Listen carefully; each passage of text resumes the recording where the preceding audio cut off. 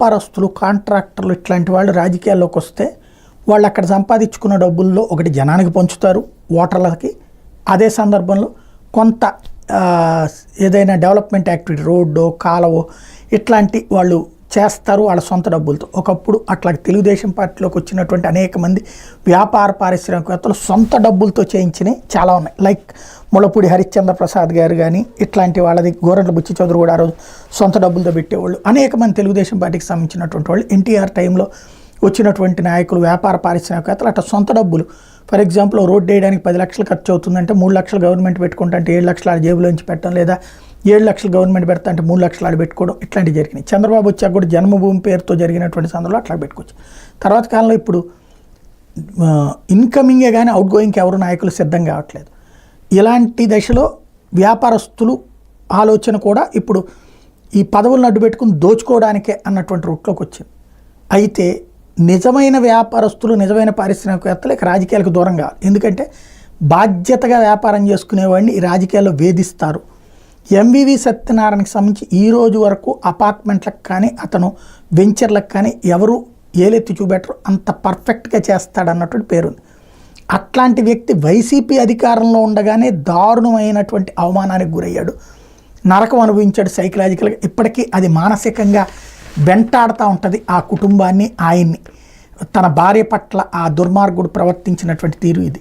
ఇప్పుడు అతన్నే విలన్గా చూపించేటటువంటి హైప్, అంటే ఏదో అంటారు కదా, నరుడి దిష్టికి నల్లరాయి అయినా పగులుతుందని. ఇప్పుడు ఆయన మీద ఆ దిష్టి ఎక్కువ ఉంది, దాని ఇంపాక్ట్ ఇప్పుడు ఫేస్ చేస్తున్నారు. తాజాగా ఏదైతే తన మీదనే ఎంవివి బరి తెగింపు అంటూ మధురవాడ స్థలం విషయంలో అంటూ మధురవాడలో సర్వే నెంబర్ 2లో 585 పట్టా మీద 4 యజమానుల పేరుతో 233 ఎకరాల భూమి ఉంది.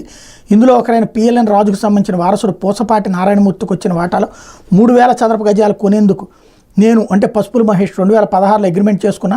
రిజిస్ట్రేషన్ సమయంలో ధర విషయంలో విభేదాలు రావడంతో కోర్టుకు వెళ్ళా. ఆ తర్వాత 2 ఏళ్లకు లోక్ అదాలత్లో ఇద్దరు రాజీ చేసుకున్నా. నాకు రిజిస్ట్రేషన్ చేయమని జిల్లా కోర్టు అవార్డు ఇచ్చింది. అయితే కొద్ది కాలానికి స్థలాజమాని మృతి చెందడంతో ఆయన వారసులకి నోటీసులు ఇచ్చి రిజిస్ట్రేషన్ పూర్తి చేయాలంటూ మళ్ళీ కోర్టును ఆశ్రయించా. అయితే స్థలయజమాని చనిపోయిన విషయం తెలుసుకుని లేని పట్టా నెంబర్ 595ని సృష్టించి ఎంవివి కథ నడిపారు. 10 మంది యజమానుల నుంచి ఆ స్థలం డెవలప్మెంట్ అగ్రిమెంట్ పేరుతో తీసుకుని ఎంవివి బాగా వేశారు. తాడేపల్లి నుంచి సిఫార్సులతో అధికారుల మీద ఒత్తిడి ఇచ్చి ప్లాన్ అనుమతులు పొందారు. ఈ ప్రాజెక్టుకు ఎదురుగా ఉన్న రోడ్డు 100 అడుగులుగా విస్తరించిన నేపథ్యంలో విలువైన టీడీఆర్లు ఆ నకిలీ పట్టా నెంబర్ ఆధారంగా తీసుకున్నారు అంటూ మహేష్ అనేటువంటి వ్యక్తి ముందుకు వచ్చారు. శ్రీనివాసరావు తన స్థలంలోకి వస్తున్నారంటూ ఒక కథల్ని కోర్టు ఉత్తర్వు తెచ్చి ఎంవివి ప్రాజెక్టు మొదలుపెట్టారు. నిర్మాణాల విషయం తెలిసి స్థలం దగ్గరికి నేను కారులో వెళ్తే కిందకి దెక్కకుండా అడ్డుకుని ఇంజంక్షన్ ఆర్డర్ పేరుతో బౌన్సర్లు భయపెట్టారు.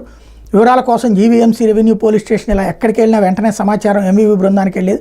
ఆ వెంటనే బెదిరింపులు వచ్చేవి. సమాచార హక్కు చట్టంతో వివరాలు సేకరించి నకిలీ డాక్యుమెంట్ భాగవతం ఆధారాలతో హైకోర్టును ఆశ్రయించా.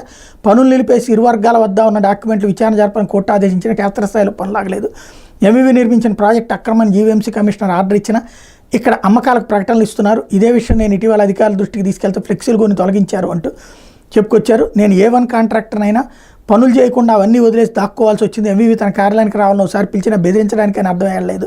విషయం బయట పెడితే ఏం చేస్తానో భయపడ్డా అనారోగ్యం పాలయ్యాను. ప్రాజెక్ట్ దాదాపు పూర్తి కావడంతో అందులో ప్లాట్లు అమ్మనివ్వకుండా మధురవాడ సబ్ రిజిస్ట్రార్ కార్యాలయానికి జిల్లా అధికారులు ఆదేశాలు ఇవ్వాలని మనీష్. అంటే ఒకడు వ్యాపారం చేస్తున్నాడు, ఇతను ఆల్రెడీ అంతకుముందు అవతలతోనే గొడవ పడ్డాడు. అంటే పెద్ద లిటిగెంట్, కోర్టులకు వెళ్ళాడు, వేధించాడు, అంతా అయిపోయింది. ఇప్పుడు అవతలోడు కట్టుకున్న తర్వాత ఆ ప్లాట్ లాక్కోవడానికి ప్రయత్నిస్తున్నాడు. దీనికి రకరకాల కథలు. ఇట్లాగా పత్రికలు ఇప్పుడు ఏం చేస్తున్నాయి అంటే వాస్తవాలు చూసుకో. ఇక్కడ మనకు నచ్చలేదు జగన్కు ఉన్నటువంటి వాళ్ళందరూ దుర్మార్గులనే చూపించాలి.